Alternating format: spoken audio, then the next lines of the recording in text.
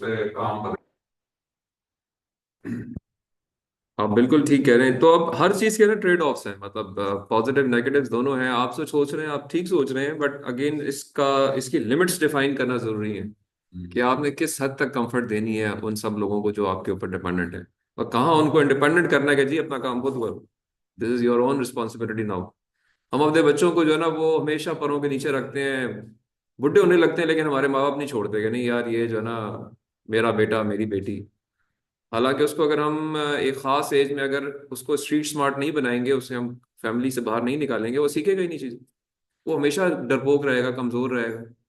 आप उसको निकालें, मार्केट में बाहर भेजें, जाओ जी अपने काम खुद करो। बोर्डरूम पे जो बच्चे काम करते हैं कितने स्मार्ट वो होते ओपन होते हैं, स्मार्ट हैं, होते जी हैं। जी जी। And they know how to earn. उनको डायरेक्शन ठीक चाहिए, दे कैन डू वंडर्स। उनको डायरेक्शन नहीं मिलती, इसलिए नुकसान में आ जाते हैं। आप तो माशाल्लाह, मैं और आप तो डायरेक्शन दे सकते हैं ना। हमें अपने बच्चों को निकालना चाहिए, निकाल के उनको पैम्परिंग वाले माहौल से बाहर निकालना। पैम्पर कर करके ना हम बच्चों को खराब कर देते। They are now, they can not take any decision independently. Stage comes के वो अब बिल्कुल ही डिपेंडेंट हो जाते हैं। अब वो किससे पूछते हैं? उन्हें पता है यार माँ बाप ने तो मेरी बात माननी नहीं है, ना मुझे सपोर्ट करना है। या मैं कुछ करना चाहूंगा तो वो कहेगा नहीं यार ये तुम्हारे नुकसान हो जाएगा, ही नहीं करना। वो अपने दोस्तों पर डिपेंड हो जाते हैं, फिर गलत फैसले करते हैं। क्योंकि दोस्त और दूसरे जो लोग हैं वो इतने मेच्योर तो नहीं होते। वालदेन उनको वो फैसले कराते नहीं है। तो ये एक बड़ा, एक ना मैं कहूंगा कि एक बड़ी वजह है इस रीजन के आगे ना बढ़ने की। दस मिनट एक कोई चीज चल रही थी, मदर्स को भी ब्लेम किया गया है, हमारी स्टल मदर्स को। ये बच्चे को बिल्कुल किसी काम का तो हर चीज को बैटरी में ले जी ऐसे ही है, ये ऐसे ही है, ऐसे ही। किचन में जाए, अपना ब्रेकफास्ट कुक करें। यार उनके कपड़े खुद धोने, बर्तन खुद धोने, उनके जूते उनको पहनाने, मोजे उनको पहनाने, मतलब 20 साल का लड़का हो जाएगा उसको भी जो है ना वो कहेंगे नहीं यार ये जो है ना मेरा बेटा, तो उसको कपड़े इस्त्री के कपड़े इस्त्री कर करके दे, उससे काम कराएं सारे। और यही वजह है कि हमने औरतों को भी बिल्कुल यूज नहीं किया। हमारी औरतें बेचारी जो खवातीन हैं, मतलब हम यही एक्सपेक्ट करते हैं उनकी बीवियों से कि जी उसका काम सिर्फ इसकी गुलामी करना है। हालांकि she is equal part of the society. वही एफर्ट वो भी कर सकती है जो लड़का करता है। और अगर आप अभी जो जो नेशंस उठी है ना, आप इंडोनेशिया देख लें, मलेशिया देख लें, आप टर्की देख लें, इनकी जो 50% जो वुमेन पॉपुलेशन है, they are more into the market than the men. ठीक है, क्योंकि खवातीन का ना एक बड़ा स्टैंडर्ड स्टाइल ऑफ वर्किंग है, दे आर वेरी फोकस्ड। मर्द बड़ा डिसोरिएंटेड होता है बहुत सारी चीज़ों में, लेकिन खवातीन दे आर वेरी फोकस्ड। उनको के काम दे दें, they will just do it in the right way with full discipline. तो वो एडवांटेजेस हम तो गेन ही नहीं करते हमारी। और इस वजह से हमारे मर्द भी खराब हैं। क्योंकि जिस माशरे में सिर्फ मर्द हो, वहां पे एक इंट्रिंसिकली ऐसी कुछ चीजें आ जाती हैं कि वो उनको जब कुछ नजर नहीं आएगा तो वो फिर उल्टी सीधी चीजों के ऊपर चले जाते हैं। तो मतलब बहुत सारी चीजें हैं जिनको ठीक करने की जरूरत है। खैर बहरहाल हम अपने लेवल पे जितना कर सके करना चाहिए। फैमिली में अपनी बच्चियों को प्रमोट करें। सर हम एक चीज और भी करते हैं ना, जिस तरह मैं बड़ा हूँ, छोटा अच्छा भी डिसीजन है ना, हम सर उसको एक्सेप्ट ही नहीं करते यार, यार ये क्या है यार, छोटा है इस तरह की बात। मतलब ये मैं अपने फादर की एग्जांपल ले, हम्म। तो हम जब भी कोई बात कहते हैं कि भाई ये काम इस तरह करना है, नहीं क्यों करें, तो वो नहीं मानते। लेकिन बाहर कोई भी बंदा हमसे एक छोटा भी होता था, ये काम इस तरह करना है, वही काम हो जाता, इसलिए हाँ नहीं करना। हाँ हाँ। वे लोग बड़ों को ये भी एक बड़ी है थोड़ा सा, चलो अभी तो उनको वही, मतलब मैं ये कहना चाह रहा हूँ कि अगर हम भी घर में कोई काम करना चाह रहे हैं तो हम छोटों को इन्वॉल्व करें, क्या यार आपका क्या सिचुएशन है, आपका क्या सिचुएशन है, आपका क्या situation है। Exactly exactly. उनकी तकलीफ भी हो जाए। इस सर ये कहना चाह रहे हैं कि जो हमारा टाइम था, हमें बगैर बोले बचपन गुजार दिया हमने, तो बड़े हुए तो कहा जाता है कि बच्चों की सुने आते हैं, तो हमने तो अपना पूरा टेक्नोलॉजी से खामोशी की गुजार दी। नहीं सर, सुने ज्यादा टाइम। बहरहाल ये कि माशाल्लाह आप सारे मैच्योर्ड है ना। अभी आप जरा एवेलुएट करके अपने एटलीस्ट घर के अंदर ऐसी चीजें लेकर आ सकते हैं अपनी फैमिली में कि जिससे आहिस्ता आहिस्ता ये चीजें एकदम नहीं ठीक होती। Takes time, everything takes time. So but ये कि हमें एहसास अपने आप को दिलाना चाहिए कि मेरी कंट्रीब्यूशन इसमें मैंने करनी है। उसी डिगर पे नहीं चलना जिस पे हम पिछले 40 साल से चल रहे हैं। कुछ चेंजेस लाएं आहिस्ता आहिस्ता, थोड़ी थोड़ी। और वो अपने घर से आती हैं, अपने गिरबान में जाके। मैं आपको ठीक नहीं कर सकता, आप उनको ठीक नहीं कर सकते, वो मुझे ठीक नहीं कर सकते, मैं अपने आप को कर सकता हूं। तो बस मेरी कोशिश होनी चाहिए कि यार मैं किसी और के जो है ना, ये भी एक प्रॉब्लम हमारे अंदर है ना कि मैं हमेशा दूसरे की बुराई नजर आती, मुझे अपनी नजर नहीं आती। तो ये हमारे अंदर बहुत ज्यादा है, हमारी नेशन में। गोरे में ये नहीं है, मतलब जितना मैंने उनको ऑब्जर्व किया, they do not look into any others body कि यार तू क्या कर रहा है, वो क्या कर रहा है। हम ये, मैं इसको देखता रहूंगा नबी साहब को, यार ये जो है ना बस ये ठीक नहीं कर रहे नबी साहब, इनको मैं ठीक करा दूं। खुद चाहे पावे, मैं पिछले 10 साल से वही काम कर रहा हूँ, पर मैं अपने आप को नहीं देखूँ। जो हमें हर चीज बर्बाद है ना, ये जो हम नस्लों के लिए कर रहे होते हैं ना, मैंने यार मेरे बच्चों को ये हो रहा है जो हम पूंजी जमा करते हैं ना, ये भी हम बर्बाद है, और सही हम कह रहे अपनी हैं, आखिरत भी तबाह कर देते हैं सही इसकी कह वजह रहे हैं, से। सही कह रहे हैं। और ये भी बहुत बड़ा, अंग्रेज ये नहीं करता होता था भाई, ठीक है जितना कमा लिया खर्च उसको करो, लगाए, खर्च उसको करो, लगाए। खर्च करो। हाँ, वो उनकी, उनका रिस्क अल्लाह ने, और ये बड़ा हमारा ईमान यही होना चाहिए कि हर बंदे का रिस्क जो है वो अल्लाह ने लिख दिया है। पैदाइश से पहले ही मेरा रिस्क लिखा हुआ है, मेरी रूह के साथ ठप्पा लगा के भेजा गया, जी तेरा इतना रिस्क है, आपका, आपका, सबका, हर बच्चे का, हर पैदा होने वाले का। लेकिन हम कहते हैं जी कि मैं जो ना वो, ये मैंने पता नहीं, उनकी कुछ करना है, उनका कुछ करना है, उसके लिए और करते हैं, उसके लिए करना, अपनी आखिरत भी तबाह कर देते हैं, क्या क्या हो अरे ये तो बहुत मुश्किल हालात में जिंदगी गुजारते हैं अपनी।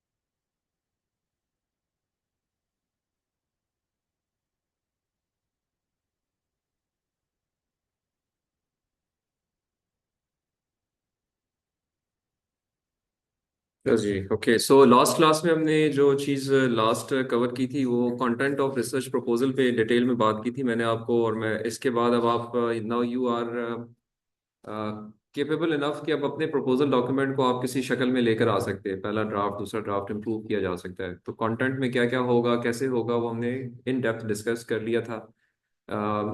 और आपको जो रेफरेंसेस के तौर पे कुछ रिसर्च प्रपोजल शेयर किए गए हैं उनको आप देख सकते हैं for making your own proposal. उसमें क्या क्या चीज़ें होती हैं हमने उनको वन बाय वन डिस्कस किया कि जी टाइटल होगा, उसके बाद इंट्रोडक्शन का एक सेक्शन होगा, उसमें क्या होगा उस पर बात की। फिर हमने लिटरेचर रिव्यू, रिलेटेड स्टडीज़ की बात की। मैंने आपको एक कंटेंट, एक डॉक्यूमेंट खोल के दिखाया भी कि लिखना कैसे है, इसके अंदर क्या लिखना है और कैसे लिखना है। और उसके बाद फिर हम उसी के अंदर से अपने गैप एनालिसिस का कुछ पोर्शन लिखते हैं, उनसे रिसर्च ऑब्जेक्टिव, रिसर्च क्वेश्चंस बनाते हैं और उनकी बेस के ऊपर अपनी प्रॉब्लम स्टेटमेंट देते हैं। और फिर अपनी प्रपोज मेथोडोलॉजी एक ब्लॉक डायग्राम की फॉर्म में शो करते हैं और उसके कंटेंट्स को थोड़ा सा एक्सप्लेन कर देते हैं। That's all, this is what the research proposal is. You have all the references available with you.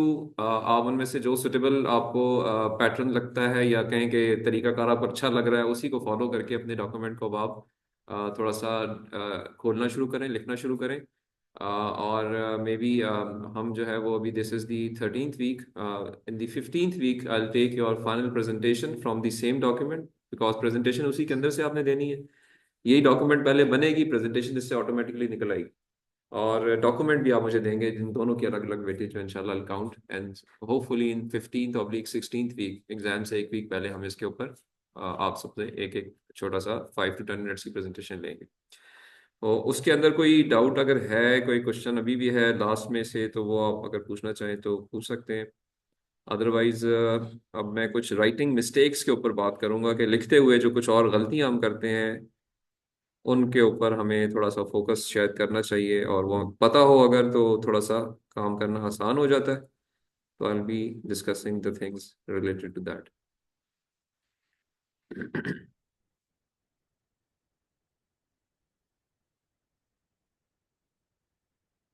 कोई क्वेश्चन वगैरह नहीं है, या सोचते ही नहीं है इस बारे में, मुझे तो लगता है। सर वो लास्ट जो हम आपने वर्ड है वो एक वर्ड था राइट होता है कि ऑल लिखा होता था, इस तरह एक लफ्ज लिखा होता एट है, ऑल। मतलब एट ऑल, मतलब ये मतलब जितने पेपर में बने हैं वो सारे इंक्लूड है इससे। एट ऑल की एक्सप्लेनेशन मैंने एक दफ़ा एक लेक्चर में दी थी। उसमें ये था कि हम जब रेफरेंसेस देते हैं ना, इन टेक्स्ट रेफरेंस, और अगर आपके ऑथर्स दो से ज़्यादा हों तो, अगर तो दो हो तो दोनों के नाम लिखे जाते हैं, दो से ज़्यादा हो तो फिर ये एटाल का जो लफ्ज़ है इसका मतलब है एंड को वर्कर्स वगैरह वगैरह, नहीं होता, एटसेट्रा।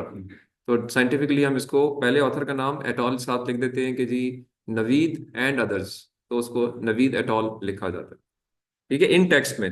बट जब आप बिब्लियोग्राफिक रेफरेंस देते हैं एंड के ऊपर, जैसे कहते हैं, वो पूरा होता है, उसमें तीन नाम है, चार नाम है, पांच नाम है, वो पूरे नाम लिखे जाते हैं as per the standard. Although कुछ स्टैंडर्ड ऐसे हैं जहाँ पे उधर भी एटाल लिखा जाता है, कुछ ऐसे स्टैंडर्ड्स सब हेड्स हैं, सब टाइप्स हैं, बट जनरल प्रैक्टिस ऐसी नहीं है। इन टेक्स्ट में शॉर्ट लिखा जाता है, बिब्लियोग्राफिक रेफरेंस में पूरा लिखा जाता है, ताकि पूरी कंप्लीट डिटेल सामने आ जाए कि कौन है ये।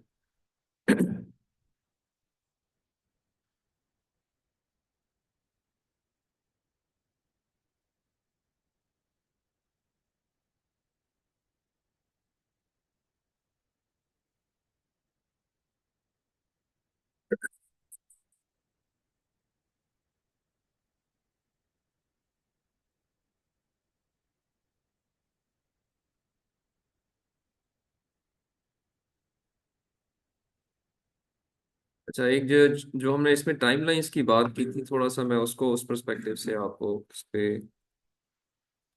एक स्लाइड दिखा देता हूँ कि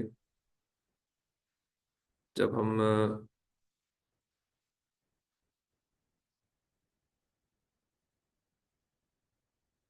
प्रपोजल डॉक्यूमेंट में सारी बातें कर लेते हैं और अकॉर्डिंगली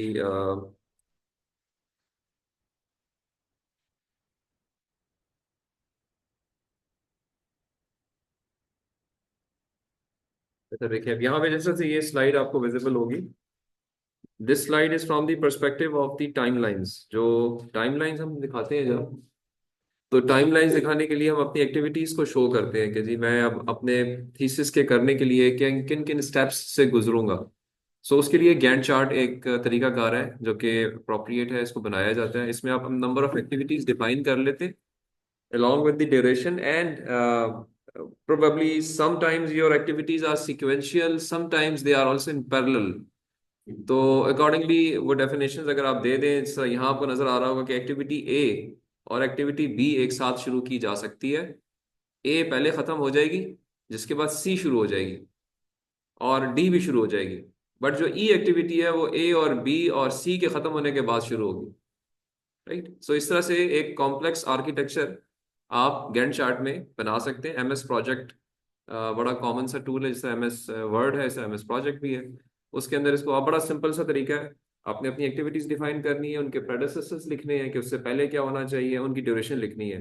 तो अलोंग द टाइम लाइन्स जिस टाइम से आप शुरू करेंगे वो ऑटोमेटिकली आपका ये प्लॉट कर देगा। वहां से आप उसको कॉपी पेस्ट करेंगे, कट कॉपी करके अपनी डॉक्यूमेंट के अंदर आप प्लेस कर लेंगे, तो आपके पास आपकी गैंट चार्ट या आपकी टाइमलाइंस के परस्पेक्टिव से आ जाएगा। तो एक अच्छा तरीका है जिसमें आप अपनी टाइमलाइंस को शो कर सकते हैं एक अच्छे से खूबसूरत से गैंट चार्ट से। तो this is from the perspective, ये किस लिहाज से है, ये इस लिहाज से है कि यहाँ पे हमने बात की थी कि ये हम इससे जो आपका ये कंटेंट ऑफ रिसर्च प्रपोजल है, इसमें एक टाइम टाइम टेबल है। After the propose methodology you give your timeline, timetable, और your follow up schedule, how would you complete this thesis. तो आप कहेंगे जी ओके, मैंने अपना लिटरेचर रिव्यू करना है, पैरेलल में इम्प्लीमेंटेशन भी करनी है थोड़ी सी, ठीक है। फिर वो जब हो जाएगा लिटरेचर रिव्यू, जहाँ खत्म होगा वहां पे मैं एक मेथड को सिलेक्ट करके उसकी इम्प्लीमेंटेशन फर्दर स्ट्रेंथन करूंगा। मैं अपनी रिजल्ट्स लूंगा, उसके बाद मैं थीसिस राइटिंग करूंगा। सो इस तरह से जो एक्टिविटीज हैं वो आप डिवाइड करके एक फॉर्मेट में आप उसको लिख के और उसको ड्रॉ कर सकते हैं और वो यहाँ पे आप प्लेस कर देते हैं. So this is part of your proposal document. If you see the proposal documents which are given to you, you will find these figures over there. Figures, कुछ लोग figures draw करते हैं, कुछ लोग table बना लेते हैं. तो आप follow कर सकते हैं. This is a better way of doing it. Professional तरीका है. Otherwise आप अगर simple table बनाना चाहते हैं तो वो भी बन सकता है. So this is just for the sake of कि जब हम इन चीज़ों को लिख रहे हों तो हम ये एक Gantt chart भी उसमें इस तरह से अपनी activities define करते हैं आप. उनके प्रेडिसेसर्स डिफाइन करते हैं, उनका अर्लियर टाइम, उनका मैक्सिमम टाइम, जनरल टाइम, तो अल्टीमेटली एक इसका एवरेज आउट टाइम आ जाता है. आप उनको डिफाइन कर सकते हैं और उसको जब ड्रॉ करेंगे तो इस तरह का एक पिक्चर आ जाएगी. तो it's again a good thing to learn. थोड़ा सा इस पे हाथ सीधा करके आप ये अपने डॉक्यूमेंट में डालें, अच्छी चीज़ है. ओके. अच्छा, एक चीज़ और जो आपको आइडिया होना चाहिए वो एक्सटेंडेड एब्स्ट्रैक्ट्स का एक कॉन्सेप्ट है, जो रिसर्च में बाज़ औक़ात आपको सुनाई देगा या लोग कहेंगे आपसे. एक्सटेंडेड एब्स्ट्रैक्ट्स जो होते हैं ये एक तो एब्स्ट्रैक्ट होता है ना जो आप डॉक्यूमेंट में लिखते हैं. जो एब्स्ट्रैक्ट होता है वो उसका मकसद होता है बात करना आपके अपनी मेथडोलॉजी के बारे में, कि आपने जो तरीका इस्तेमाल किया है उसकी डिटेल्स क्या हैं, उसके फायदे नुकसान क्या हैं. ये एब्स्ट्रैक्ट होता है. It's purely talking about your own methodology and it's steps, it's processes and its advantages and it's disadvantages. This is, we write in abstract. Abstract is the first thing to appear in a thesis or in a research paper. If you open a research paper, the first thing is an abstract. But abstracts are written at last. Writing में abstracts को सबसे आखिर में लिखा जाता है. आप पहले इंट्रोडक्शन का सेक्शन लिखते हैं, उसके बाद आप अपनी लिटरेचर रिव्यू को लिखते हैं, फिर अपनी मेथडोलॉजी को लिखते हैं, फिर अपने रिजल्ट्स को लिखते हैं, फिर अपने कंक्लूजन्स लिखते हैं, फिर अपनी रेफरेंसेस देते हैं. डॉक्यूमेंट पूरी हो गई. अब आपके सामने आपका सारा काम है कि मैंने किया क्या है. अब आप सोचते हैं कि जी मैंने एब्स्ट्रैक्ट में क्या लिखना है. तो एब्स्ट्रैक्ट में प्योरली कोई बैकग्राउंड नहीं होता, कोई हिस्ट्री नहीं बयान की जाती, कोई प्रॉब्लम के बारे में डिटेल्स नहीं दी जाती, बल्कि direct solution of the problem पे बात की जाती है जो आपने किया होता है. ठीक है, ये तो हो गया एब्स्ट्रैक्ट. बट एक्सटेंडेड एब्स्ट्रैक्ट भी इसी तरह की चीज होती है, लेकिन एक्सटेंडेड इस टर्म्स में होता है कि बाज चीजें आप यहाँ पे ज्यादा बताते हैं और ये लिखी जाते हैं generally for the purposes of दो मकासद होते हैं इसके मोटे तौर पे. एक, कुछ कॉन्फ्रेंसेस और जर्नल्स रिसर्च पेपर्स में आपसे रिक्वेस्ट ये करते हैं कि भाई हमें आपका पूरा रिसर्च पेपर नहीं चाहिए, आप पूरा रिसर्च पेपर सबमिट ना करें, एक एक्सटेंडेड एब्स्ट्रैक्ट सबमिट करें जो कि 2 पेज 3 पेज का हो सकता है, जिसमें आपने जो डिटेल्स लिखनी है मोटी मोटी सेलियंट्स वो आप मेंशन कर दें, more than your general abstract जो आपका एक कॉमन एब्स्ट्रैक्ट था जो कि शायद 10 लाइनों का, 15 लाइनों का, हाफ पेज का होगा. अब आप उसको थोड़ा सा खोल के थोड़ी डिटेल बता दें ताकि हमारे रिव्यूअर्स एक इनिशियल रिवीजन कर लें आपके काम की, एक इनिशियल स्क्रीनिंग से कहना चाहिए कर लें कि यार ये काम फर्दर आपसे मांगना चाहिए फॉर रिव्यू या नहीं, या यहीं पे रिजेक्ट कर दें कि बस ठीक है यार आपने 2 पेज जो लिखे ना किसी काम के नहीं है. अगर ये ऐसा है तो बाकी भी किसी काम का नहीं हो. तो डिसीजन मेकिंग इज इजी. वजह क्या है कि सबमिशंस बहुत ज़्यादा होती हैं, कॉन्फ्रेंस पेपर्स में भी, जर्नल पेपर्स में भी. और जब 10 पेजेस के एक पेपर आ गया उनके पास, उसको पढ़ के रिव्यू करना लोगों के लिए थोड़ा मुश्किल होगा बनिस्बत 1 या 2 पेजेस का. अगर एक एक्सटेंडेड एब्स्ट्रैक्ट आ जाए और इनिशियल स्क्रीनिंग कर दें क्योंकि जी 2000 पेपर आए थे, इनमें से हमने 200 सिलेक्ट कर लिए बेस्ड ऑन इनिशियल स्क्रीनिंग. अब उनकी डिटेल आपसे मांग लेंगे क्योंकि जी अब आप अपना पूरा पेपर या पूरी डॉक्यूमेंट जो है वो शेयर कर लें. एक ये तरीका होता है, यानी एक वजह ये होती है, समझ आ गई. दूसरी वजह ये होती है कि बाज किताबें लोग लिखते हैं तो बुक्स के परस्पेक्टिव से भी आपसे पूरी बुक नहीं मांगी जाती शुरू में कि जी आपने बुक लिख ली है तो बुक का डॉक्यूमेंट शेयर कर लें. वो आपसे कहेंगे कि जी ओके हम आपके बुक को वेट करना चाह रहे हैं कि आपका आइडिया, आपके कंटेंट ठीक है, आप एक एक्सटेंडेड एब्स्ट्रैक्ट दें हमें अपनी किताब का. तो वो जो फोरम्स हैं या वो जो पब्लिशर्स हैं वो आपके एक्सटेंडेड एब्स्ट्रैक्ट जो कि अगेन 4-5 पेजेस का हो सकता है बनिस्बत 500-600 पेजेस के. ठीक है, तो सोचें वो अपनी आसानी के लिए आपसे ये डॉक्यूमेंट मांगेंगे और फिर अपने रिव्यूअर्स को देंगे कि जी इनिशियल स्क्रीनिंग कर लें, ये एक डॉक्यूमेंट आई है, अगर ये ठीक है तो हम इनसे फिर बकाया चीज मांगेंगे. तो extended abstract is used in this context.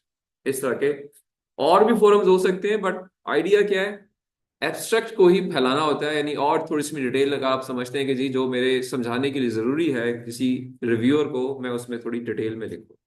But abstract का लफ्ज यहाँ यूज हुआ हुआ, it means it would again B focusing on your method, on your method, not on it's background, not on its importance, नहीं, जो काम किया है एग्जैक्ट वो बताएं, कैसे किया है, उसके क्या फायदे क्या नुकसान है, उनके बारे में बात करें। तो this is another thing which must be there in your mind, sometimes people ask this, तो अगर आपको पता होगा तो it would be easier for you to work on this.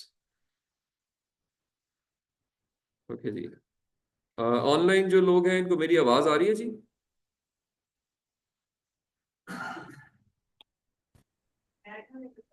Ji sir, अभी आ रही है सर। अभी आ रही है मीन्स पहले नहीं आ रही थी? नहीं सर, पहले आ रही थी, मेरे कनेक्शन में कोई इशू हो रहा था, मेरा अभी कनेक्शन हो गया सर। अच्छा चले, गुड। मुनव्वर जिब्रान, आज मुझे पहली दफा नजर आ रहे हैं आप, पूरे पूरे सेमेस्टर में आप आते रहे पहले या वाकई पहली दफा आए हैं क्लास में?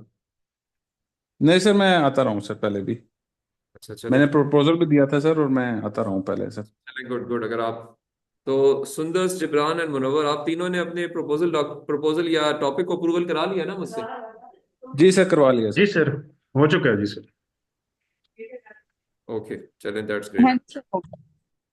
That's good, that's good. ठीक है, अगर अप्रूवल हो गया तो उस पर अब काम आप शुरू करें। आप हम श्योर लेक्चर्स देख रहे होंगे, हम काफ़ी आगे तक आ गए, कुछ डॉक्यूमेंट अब आपने तैयार करनी शुरू कर देनी चाहिए। There would be the final presentation by 15th/16th week. तो उसके लिए आप पिछले 2-3 लेक्चर इंपॉर्टेंट हैं, उसको ज़रूर देखें और उस लिहाज से अपने डॉक्यूमेंट को फाइनलाइज करें। सर जी राइट सर। ठीक है सर। ओके, जो अभी हम जो बात कर रहे हैं उसमें हम कंटिन्यू करते हैं। हमने अभी जो लेटेस्ट बात की वो ये बात की कि जी एक्सटेंडेड एब्स्ट्रैक्ट का एक कॉन्सेप्ट है, वो हमने डिस्कस किया। अच्छा, अब कुछ चीज़ें ऐसी जो मैं सिर्फ स्किमिंग करूंगा, ऑलरेडी हम कवर कर चुके हैं, लाइक जो साइंटिफिक रिसर्च पेपर्स हैं, इनकी जो कैटेगरीज हैं और उनका जो स्केलेटन है वो थोड़ा सा देख लेते हैं कि उसका ताल्लुक कैसे होता है एक रिसर्च थीसिस के साथ। सो जनरली स्पीकिंग जो जर्नल पेपर्स होते हैं लेंथी होते हैं थोड़े से। इनकी अगेन दो कैटेगरीज होती हैं मोटे तौर पे जर्नल पेपर्स में। इनके अंदर रिव्यू पेपर्स होते हैं और ओरिजिनल रिसर्च पेपर्स भी होते हैं, यानी original development, design development type जो आपने काम किए होते हैं वो भी आप पब्लिश कर सकते हैं जर्नल्स के अंदर। On the other and conference papers, अच्छा जर्नल पेपर्स की एक कैटेगरी और भी होती है। जर्नल पेपर्स में एक तो ओरिजिनल रिसर्च आर्टिकल्स लेंथी भी होते हैं और एक शॉर्ट करस्पॉन्डेंस आर्टिकल्स भी होते हैं, यानी 2 पेजेस का, 1 पेज का, वो भी जर्नल्स के अंदर पब्लिश होते हैं। तो जब आप जर्नल आर्टिकल्स खोल के देख रहे होंगे, आई एम श्योर अभी आप देख भी रहे हो, तो आपको ये तीनों कैटेगरीज नजर आती होंगी। रिव्यू पेपर्स भी नजर आते होंगे, ओरिजिनल रिसर्च आर्टिकल्स जो कि लेंथी होंगे 15, 16, 20, 25 पेज के, वो भी नजर आते होंगे, और शॉर्ट करस्पॉन्डेंस भी नजर आती होगी 2-3 पेज की, कुछ ऐसे भी होते हैं। शॉर्ट करस्पॉन्डेंस आर्टिकल्स की वजह ये होती है कि ये वो आर्टिकल्स होते हैं जो कि से अरशद साहब ने एक काम किया और वो समझते हैं कि जी मैं फौरन इसको बताऊं, एक आइडिया अच्छा है, उसमें मैंने इनिशियल कुछ रिजल्ट्स ले लिए हैं, नॉट डिटेल रिजल्ट्स। तो आप एक जर्नल में भेजेंगे, वो आपको विद इन 15 दिन 10 दिन के अंदर उस पर एक रिजल्ट दे देगा। यू विल मेंशन कि मेरा शॉर्ट करस्पॉन्डेंस आर्टिकल है।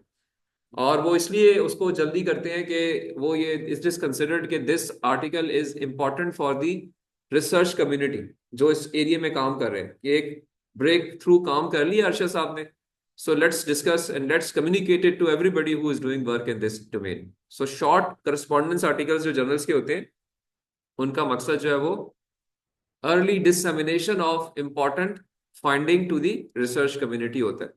तो 3 कैटेगरीज आप जब देखेंगे उनमें तीनों नजर आएंगी, रिव्यू पेपर्स भी नजर आएंगे, लेंथी आर्टिकल्स भी नजर आएंगे, और शॉर्ट करस्पॉन्डेंस भी नजर आएगी। This is as far as the journal articles are concern. अच्छा, कॉन्फ्रेंस पेपर्स जो होते हैं इनमें मोस्टली जो है यहाँ जो लिखा हुआ है ये तो एक कुछ वो पंच लाइन्स लिखी हुई है, बट पेपर्स वहां पे आपको एक ही तरह के नजर आते हैं, दे आर कॉन्फ्रेंस पेपर्स, और those conference papers are of fixed length. कुछ कॉन्फ्रेंसेज जो है वो 6 पेजेस पे अपने आप को कर्टेल करती हैं, कुछ 8 पे करती हैं, और अगर एडिशनल पेजेस को लिख रहा है तो उनसे चार्ज करती हैं, क्योंकि they try to limit their binding their proceeding to some minimum length. तो वहां पे आपको कोई बहुत different papers type of categories नजर नहीं आएगी। Generally speaking review papers avoid किए जाते हैं कॉन्फ्रेंसेस के अंदर, सिर्फ आपका जो रिसर्च आर्टिकल है वही एक्सेप्ट होता है most of the time. Review paper चूंकि बड़े होते हैं, 25, 30, 40, 150, 200 रेफरेंस डिस्कस किए गए होते हैं, तो वो जर्नल्स में ही आपको मिलेंगे, कॉन्फ्रेंसेस में बहुत रेयर मिलेंगे, अगर वो अच्छी कॉन्फ्रेंस है तो नहीं मिलेंगे। अगर अच्छी नहीं है तो उनके आर्टिकल्स नहीं है तो हो सकता है तब कोई ऐसी चीज नजर आ जाए। But mostly speaking research papers होते हैं, और चाहे वो पोस्टर सेशन हो चाहे ओरल सेशन हो, दोनों के रिसर्च पेपर्स होते हैं। तो ये कॉन्फ्रेंस पेपर्स के पर्सपेक्टिव से हम पहले भी बात कर चुके हैं। डेफिनेटली टेक्निकल रिपोर्ट्स भी शायद आपको नजर आएंगी अगर आप सर्च करेंगे, वो यूनिवर्सिटीज या कंपनीज अपने फोरम्स के ऊपर पब्लिश करती हैं, और उनसे खैर हमें इतना फिलहाल ताल्लुक नहीं है। तो okay, I think this is not required. Okay, ये एक स्केलेटन पेपर की फॉर्मेट है। The format is exactly the same as a thesis. There is always going to be a title of research paper, then there's going to be an abstract followed by introduction section, maybe background information, then you go for the related work. यहाँ कुछ extra headings हैं जो कि डाली जा सकती हैं या निकाली जा सकती हैं based on the type of researcher जो किस तरह का काम कर रहा है। Then the methodology, its results, summary, conclusions, references. So इस तरह से हर एक पेपर का एक आपको पैटर्न नजर आएगा। इनमें से कुछ चीज़ें शायद नहीं होंगी, बट एटलीस्ट ये सारी चीज़ों में से कुछ ना कुछ ज़रूर होगा, कोई इसके अलावा चीज़ एक्स्ट्रा नहीं होगी। तो ये एक स्केलेटन पेपर है। इसमें जो इम्पोर्टेंट चीज़ है जो हमें मेंशन करनी चाहिए या डिस्कस करनी चाहिए, अगेन ये इस पर्सपेक्टिव से है कि एक थीसिस भी ऐसे ही होता है। जब आप थीसिस लिखेंगे तो वो भी ऐसे ही लिखेंगे, इन्हीं की तरह की चीज़ें कुछ, या इन्हीं वर्ड्स को, इन्हीं हेडिंग्स को इस्तेमाल करेंगे। अब इनमें हमें थोड़ा थोड़ा लिखने के पर्सपेक्टिव से ये आइडिया होने की ज़रूरत है कि इनमें क्या चीज़ की कितनी इंपॉर्टेंस है। जब मैं लिखना शुरू करूँ, कोई भी एक राइटर जब लिखता है ना, तो वो ऑडियंस के लिहाज से लिखता है। क्या ख्याल है? क्या ख्याल है सुंदस? अगर आपको कहा जाए कि आपने एक मजमून लिखना है, तो आप जब लिखने के लिए टॉपिक भी दे दिया गया, तो आप लिखते हुए किसको मद्देनजर रखेंगी?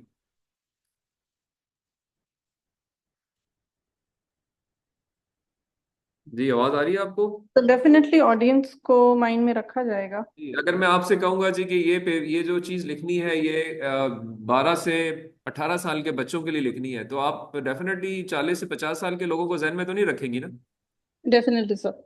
Okay, so this is a very important point for writing. आप भी लिख रहे हैं ना, अभी प्रपोजल लिख रहे हैं, थीसिस लिख रहे हैं, रिसर्च पेपर्स लिखेंगे इंशाल्लाह, मे बी आगे फंडिंग प्रपोजल्स लिखेंगे। तो सबसे इंपॉर्टेंट चीज राइटर के लिए क्या होती है कि वो ये देखे कि मैं जो लिख रहा हूं ना, ये मैंने इसको पढ़ना किसने है।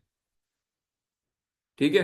अच्छा, रिसर्चर्स जो इनिशियल स्टेज रिसर्चर्स होते हैं, उनका एक मसला होता है कि उनको चूंकि थोड़ा सा मेच्योरिटी नहीं होती ना, तो वो just they right it like donkeys.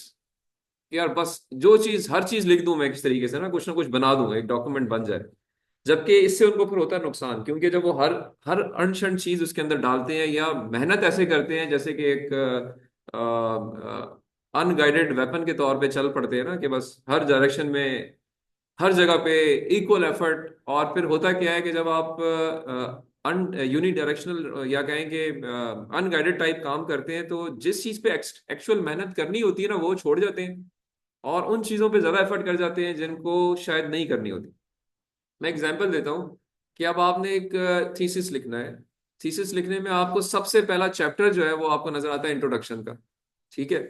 आपने पहला, आप क्या काम करेंगे, आप इंट्रोडक्शन लिखना शुरू करेंगे। चूंकि सबसे पहली चीज है, तो आप इस पे हो सकता है 3 महीने लगा दें और लिख लिख के उसका बेड़ा गर्क कर दें। जबकि स्टैटिस्टिक्स ये बताती है कि जो पढ़ने वाला है ना थीसिस आपका, वो इंट्रोडक्शन चैप्टर को पढ़ता ही नहीं है। ठीक है। लेकिन लिखने वाले आप हैं, आपने तो अपनी सारी अर्क रेजी कर दी एक चैप्टर के ऊपर, क्योंकि सबसे पहले वो आया, सबसे पहले इंट्रोडक्शन का चैप्टर आया। तो नेचुरली स्पीकिंग क्या होगा, लिखने वाला, आप लिखने वाले, आप कहेंगे यार कि ये तो मेरी ब्रेड एंड बटर यही है, बस इसको मैं पूरी मेहनत करूं। अच्छा, अब होगा क्या, जब आप 3 महीने लगा देंगे इंट्रोडक्शन चैप्टर को लिखने में, तो अब आपके पास ना हिम्मत होगी, ना जान होगी, ना एफर्ट होगी, ना ही दिल होगा। तो आगे अगला चैप्टर है लिटरेचर रिव्यू का, और उसके बाद है मेथोडोलॉजी का, उसके बाद है रिजल्ट्स का। वहां पे आपकी आहिस्ता आहिस्ता एफर्ट जो है वो कम होती जाएगी, ये आपकी दिलचस्पी कम होती जाएगी लिखने के पर्सपेक्टिव से। ऑन दी अदर हैंड, ये चीज फिगर आउट होती है कि जो पढ़ने वाला है ना, उसने कुछ और चैप्टर्स को ज्यादा गौर से देखना है, पढ़ना है, लेकिन वहां आपकी एफर्ट कम होगी।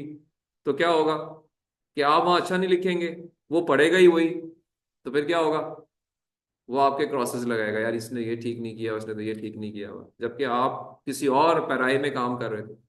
तो ये चीज पता होनी चाहिए लिखने वाले को। तो अब यहाँ पे ये क्या फैक्टर्स हैं कि किस चीज को ज्यादा इंपॉर्टेंस देनी है, किसको कम इंपॉर्टेंस देनी है, ताकि लिखते हुए मैं अपनी मेरी मुझे पता हो यार कि इधर मैंने जान लगानी है, क्योंकि उसको पढ़ने वाले ज्यादा हैं।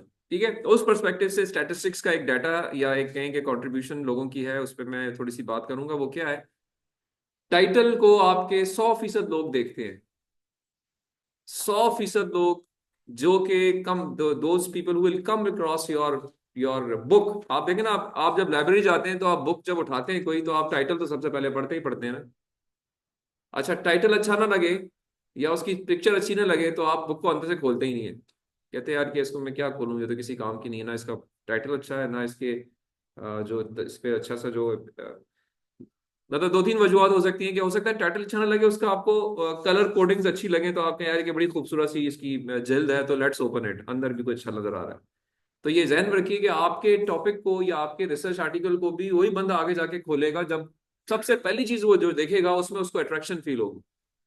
और वो सबसे पहली चीज एक रिसर्च आर्टिकल में क्या है, आपका टाइटल है। थीसिस में क्या है, आपका टाइटल है। So you have to be very concise, very informative, very clear as far as your title is concern. अगर आपने 2 लाइनों का टाइटल लिख दिया है तो पढ़ने वाला कहेगा यार ये तो टाइटल ही इतना बड़ा है कि मैं इसको ना ही जाऊं आगे, छोड़ो इसको, कुछ और देखो। तो now think, go into the shoes of the reader and then decide कि मैंने क्या इसमें करना है। तो सोच समझ के अपने टाइटल को डिफाइन करें। उसमें स्पेलिंग मिस्टेक्स नहीं होनी चाहिए, उसमें कोई ऐसे abnormal सिंबल्स नहीं होने चाहिए, एब्रीवेशंस नहीं होनी चाहिए। We avoid abbreviations, we avoid symbols. It should be a clear cut title जो कि एक प्राइमरी के बच्चे को भी समझ आए से लेके एक पीएचडी को भी अंडरस्टैंडिंग हो, ये सोचते हुए अपने टाइटल को डिफाइन करें। तो टाइटल पे मेहनत करनी चाहिए हर एक को। ठीक है, title is very important. Number 2 चीज, एब्स्ट्रैक्ट होता है आपके डॉक्यूमेंट के अंदर। एब्स्ट्रैक्ट जो है, इसको अगर आपका टाइटल किसी को अच्छा लगा है, 100 लोगों ने अपने आपके टाइटल को खोला है, तो उसमें से स्टैटिस्टिक्स ये कहती हैं कि 87 लोग जाके आपके एब्स्ट्रैक्ट को पढ़ेंगे। Around 85 plus, to be exact 87%, one survey report indicates 87% लोग will read your abstract. It means abstract is important. अच्छा, apply it on yourself. अभी आप रिसर्च पेपर्स डाउनलोड कर रहे हैं ना, सेलेक्ट करते हैं, पढ़ते हैं, होपफुली मुझे उम्मीद है कि आप देख रहे होंगे। तो आप रिसर्च पेपर को जब पढ़ते हैं तो आप क्या क्या पढ़ते हैं, आप सबसे पहले टाइटल देखते हैं, टाइटल के बाद जाके आप एब्स्ट्रैक्ट देखते हैं। ठीक है, एब्स्ट्रैक्ट के पहले कुछ और तो नहीं देखते ना आप, you always go and see the abstract and if it's applicable then you okay, ये भी करते हैं ओके जी, आप जाके देखते हैं यार कि लेट्स सी इट्स कंक्लूजन, कि कंक्लूड क्या कर रहा है। तो यू सी जनरली क्या स्पीकिंग, आप एब्स्ट्रैक्ट के बाद कंक्लूजन देखते हैं, बीच का सारा आर्टिकल छोड़ देते हैं। तो इंपॉर्टेंट, अब आपने जब खुद लिखना है तो क्या सोचना चाहिए आपको यार कि मैंने भी वैसे ही लिखना है कि जब मैं लिखूं ना, बेशक मेरे अंदर चीजें इतनी अच्छी ना हो, मेरा एब्स्ट्रैक्ट आउट क्लास होना चाहिए, मेरा कंक्लूजन आउट क्लास होना चाहिए, मेरा टाइटल आउट क्लास होना चाहिए। बाकी थोड़ी उधर मेहनत में कमी बेशी चलेगी, क्योंकि ये 3 चीजें अगर सेट हो गई फिर वो बंदा जाएगा आपके आर्टिकल के अंदर।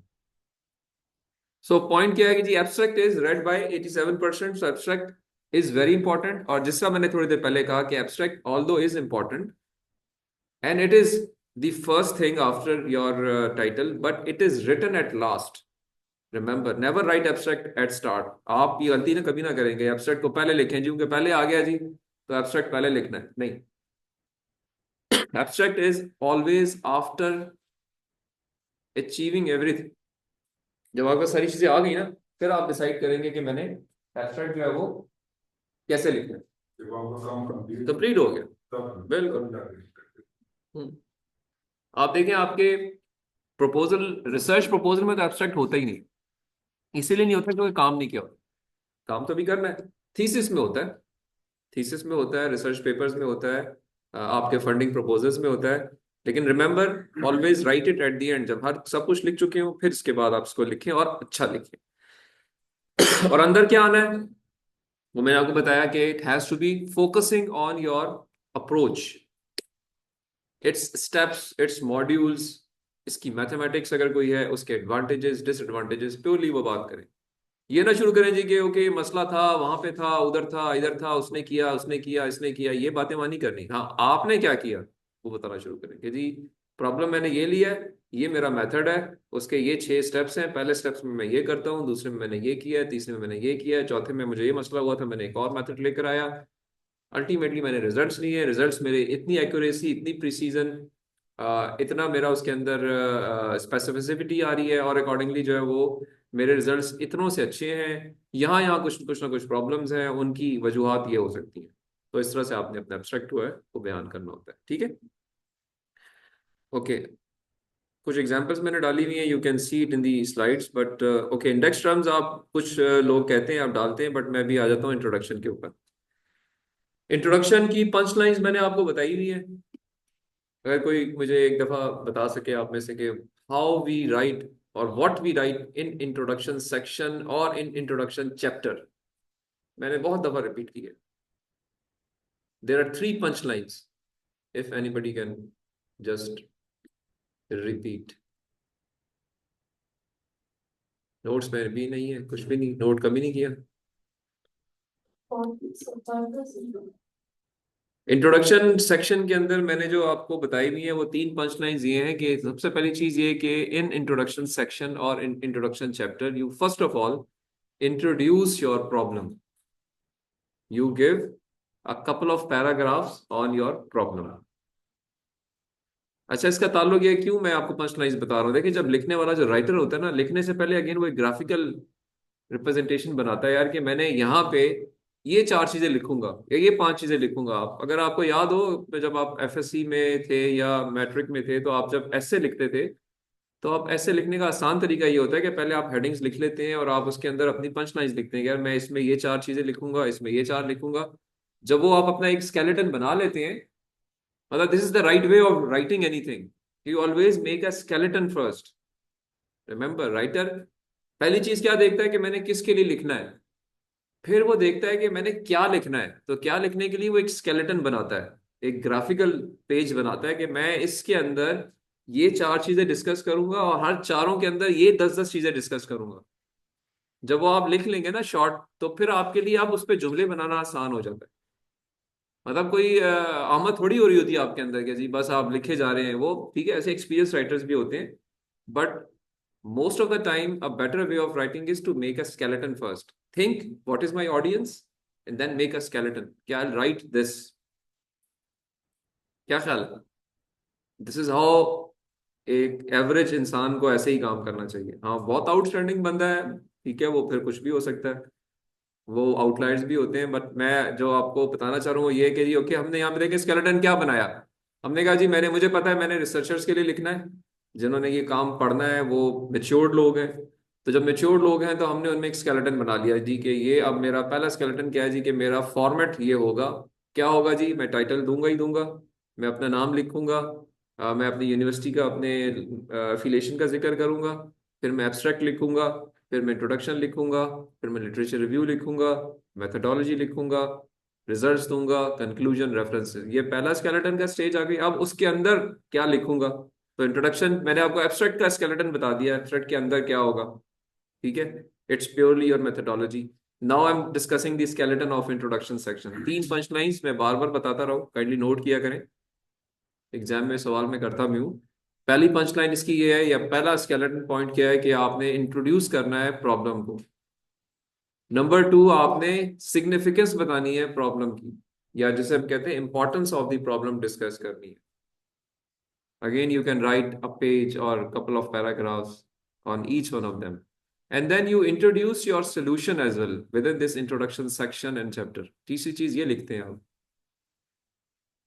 ये आप में से किसी को याद नहीं था कि मैंने ये चीजें पहले बताई हुई हैं? अर्शद साहब स्मार्ट हैं, अब याद आ गया उनको। ठीक है, अभी भी याद नहीं आया वैसे, लेकिन चलें लिख लें अभी। आप एटलीस्ट आइंदा के लिए ध्यान में रखें। बार बार बताने का मकसद भी यही होता है कि चलें आप उस चीज़ की अहमियत का अंदाज़ा कर सकें कि ये चीज़ें इस तरह से आपने करनी है। सो इंट्रोडक्शन के अंदर ये चीज़ें लिखनी है। आप इंट्रोडक्शन को फोकस कितना करना है, तीसरी चीज़ जो राइटर की होती है कि अब इसमें मैं फोकस कितना करूँ ताकि मेरी एनर्जीज अकॉर्डिंगली डिस्ट्रीब्यूट हो पूरे काम के ऊपर। तो अब स्टैटिस्टिक्स ये कहती है कि इंट्रोडक्शन के सेक्शन को अगर 100 लोगों ने आपके आर्टिकल को खोला था, 87 ने एब्स्ट्रैक्ट पढ़ा था, उनमें से 43 लोग जाके इंट्रोडक्शन को पढ़ेंगे, यानी 43% अट्रैक्शन है out of the 100% people to read your introduction. Accordingly, you should write this section. 43% is not a low figure, it's a good figure. It means introduction is important. Introduction is important, but not as important as your abstract and as your conclusion. We'll see कि conclusion की weightage ज्यादा होती है, right? इस तरह से references की importance भी ज्यादा होती है, हम उनकी भी बात करते हैं. But introduction का skeleton clear हो गया, introduction की importance clear हो गई, इसमें तो कोई doubt नहीं है अभी, ठीक है. सो इंट्रोडक्शन को आपने अकॉर्डिंगली उसके अंदर जो चीज लिखनी है वो मैंने आपको बता दिया. अच्छा, अब आते हैं जी आपके जो लिटरेचर रिव्यू जिसे हम कहते हैं, I would say related work जिसे कहते हैं. ये एक चीज इंपॉर्टेंट है, रिलेटेड वर्क की बात हम करते हैं. हमने कल लास्ट क्लास में हमने इस पे काफी डिटेल डिस्कशन की थी कि लिखना कैसे है. अच्छा जी, जो लिटरेचर रिव्यू है इसको कोई नहीं पढ़ता, कोई रिव्यूअर नहीं पढ़ता मोस्ट ऑफ द टाइम, इसको नहीं पढ़ते. बट पढ़ते क्या है, 100% रिव्यूअर्स आपके रेफरेंसेस को जाके देखते. एट द एंड जो आपने रेफरेंस दिए हुए ना 30, 40, 50 स्क्रॉलिंग करनी ना उसको, तो उसको 100% लोग जाके देखते. यानी जिसने आपके टाइटल को पढ़ा, मैं रिव्यूअर की बात कर रहा हूँ, ऐसा रिव्यूअर है जिसने आपका काम को रिव्यू करना है. टाइटल देखेगा, एब्स्ट्रैक्ट देखेगा, and then he will go and see your references. Because references क्यों इंपॉर्टेंट है, उनके अंदर जो निकाल के लिखा आपने वो इतना इंपॉर्टेंट नहीं है, वो आपके लिए इंपॉर्टेंट है. वो आपके लिए इंपॉर्टेंट है कि आप एक्चुअली उसकी मेथडोलॉजी निकाल के लाएं, एडवांटेजेस निकाल के लाएं. जो हमने कहा था लास्ट क्लास में कैसे लिखना है वो मैं आपको बता. Punch line of literature review हमने डिस्कस की थी कि you need to get the methodology of the that particular work along with its advantages and disadvantages to write in literature review, जिसमें आप 17 से 20 यानी 20 के करीब रेफरेंसेस जो है वो इंक्लूड करते हैं लिटरेचर रिव्यू में. तो skeleton of literature review is right, वही फॉलो होगा. बट उसकी importance is not that much. Very rarely somebody will see this, but everybody will see and go and see your references जो आपने and में दिए हुए, जो स्टैंडर्ड फॉलो किया आपने. क्या आपने सिंगल स्टैंडर्ड फॉलो किया है? क्या आपने वो प्रॉपर ऑथर्स के नाम, जर्नल का नाम, उसका टाइटल, उसका वॉल्यूम, उसका इशू नंबर, उनकी डेट्स, पेज नंबर ठीक तरीके से डाले हुए? बिकॉज ये क्या इंडिकेट कर रहे हैं, क्या इंडिकेट कर रहे हैं रेफरेंसेस का. हाँ, वो देखने से मुझे क्या फायदा हो रहा है?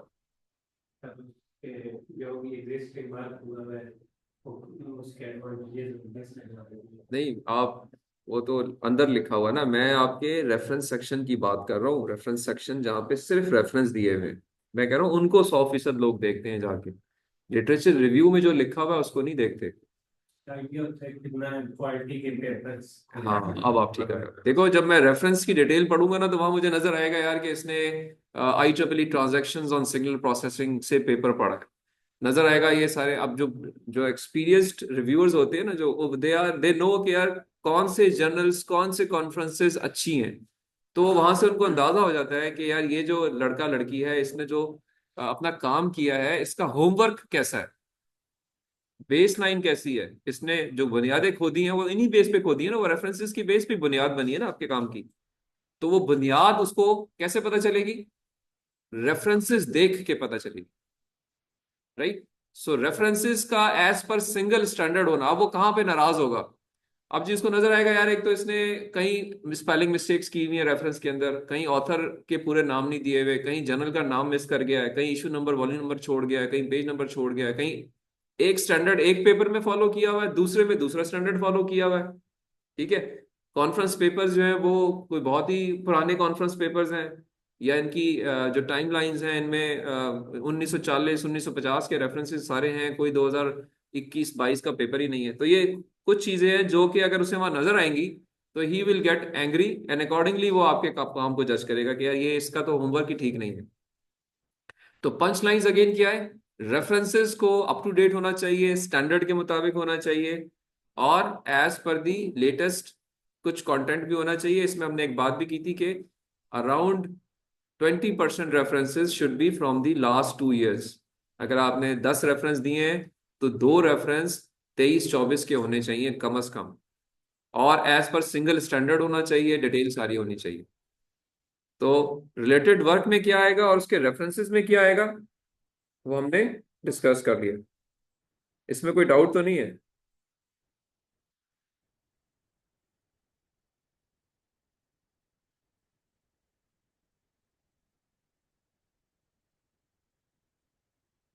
Okay, so I hope this is fine. This is okay, this particular domain is, ये क्लियर आपको हो गया?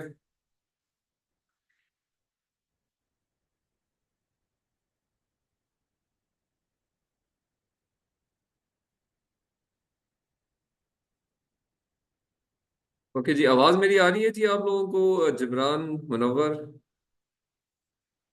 जी सर, अभी आ जी रही है, सर, थोड़ी सी डिस्टॉर्शन हुई थी सर। अच्छा जी, सर आ रही है आवाज आपकी। चलें ठीक हो गया, थैंक यू। अभी अगर सेशन क्लोज हो तो काइंडली दोबारा ज्वाइन कीजिएगा। Right sir. ओके, तो कोई सवाल आपका जी, मुनव्वर, जिब्रान, सुंदस, शकील साहब? सर एक सवाल है मेरा। जी पूछे। जिब्रान बात कर रहा हूँ सर। उसमें आपने बताया था कि हमने हमेशा रिसर्च आर्टिकल जो भी लिखना है उसमें हमने टारगेटेड ऑडियंस का ख्याल रखना है, कि जिनको हमने टारगेट करना है। अभी सर हम अक्सर रिसर्च पेपर देखते हैं तो उसमें बहुत कॉम्प्लिकेशन यानी कॉम्प्लिकेटेड लैंग्वेज का इस्तेमाल होता है, कॉम्प्लिकेटेड टर्म्स होती हैं, तो वो तो लेमैन को नहीं सर समझ आती इस तरह। हाँ, आप ठीक कह रहे हैं। तो देखिए ना, वो इसलिए है ना कि जो रिसर्च पेपर्स लिखे जाते हैं ना, ये एक इन्फॉर्म्ड ऑडियंस के लिए लिखे जाते हैं। Research sir papers are for the informed audience. और अगेन कैटेगरी उस कॉन्फ्रेंस की, उस जर्नल की इंडिकेट करेगी कि उनकी जो रीडर्स हैं वो किस लेवल के रीडर्स हैं। तो वो रीडर्स चूंकि सर एडवांस, इसलिए पेपर लिखने वाला भी उनके लिहाज से पेपर लिखता है। सर यूर राइट, ऐसा ही है। सर सर, उसमें एक एक सिर्फ ये इशू है कि जिस तरह मिसाल के तौर पे कोई अगर स्टूडेंट है या जिसने बिल्कुल इनिशियल उस पर काम करना है तो उसके लिए तो फिर आई थिंक थोड़ा मुश्किल हो जाता है फिर वो एक्सप्लोर करना। आप सही कह रहे हैं। फिर होता ही है ना कि आप उन रेफरेंसेस के अगेंस्ट कुछ बेसिक बुक्स को ढूंढते हैं। उन रेफरेंसेस में रिसर्च पेपर, चूंकि देखें किताब तो नहीं होती ना, जो आप इंफॉर्मेशन चाह सर रहे हैं ना, या जो स्टूडेंट चाह रहा होता है वो एक किताब के अंदर होती है। पेपर के अंदर एडवांस सर इंफॉर्मेशन ही होती है। तो आप जो बेसिक इंफॉर्मेशन है या बैकग्राउंड नॉलेज है उसके लिए उसी पेपर्स के अंदर बेसिक बुक्स, बेसिक आर्टिकल्स भी कुछ ना कुछ मेंशन्ड होते हैं, आप उनको जाके पढ़ते हैं। सर क्लैरिटी के कोर्स वर्क शायद करना पड़े आपको। लोग जो पढ़ रहे होते हैं मास्टर्स में या पीएचडी में, जो कोर्स वर्क कर रहे होते हैं, उनका मकसद भी यही होता है कि रिसर्च पेपर की लैंग्वेज को समझ सकें, उसके कॉन्सेप्ट्स को समझ सकें। तो यू आर राइट, होगा सर ऐसा ही। रिसर्च पेपर्स आपको समझाने के लिए नहीं होते। Research papers are just to introduce somebody's research, which may be advanced. And the basic concept of that research have to be understood by some of the basic books and by the basic courses and by consulting your supervisor. Sir right sir. ठीक है जी। Paper पढ़ने का तरीका ठीक है sir. कम time में good knowledge से, क्योंकि वो अक्सर होते हैं 15-20 पेजेस होती हैं, 10-15 पेजेस होती हैं। रिसर्च पेपर पढ़ने का तरीका सर ये है कि आप रिपीटिटिवली पढ़ते हैं। आप किसी भी डॉक्यूमेंट में जब तक 4 से 5 दफा नहीं पढ़ेंगे आपको अपने काम की इंफॉर्मेशन नहीं मिलेगी। तो repetition is required in research papers. Your basic information, basic knowledge should be clear. आपने उससे रिलेटेड कोर्स वर्क किया हो, आपने उससे रिलेटेड कोई स्किल्स हैं, कोई लैंग्वेजेस हैं, वो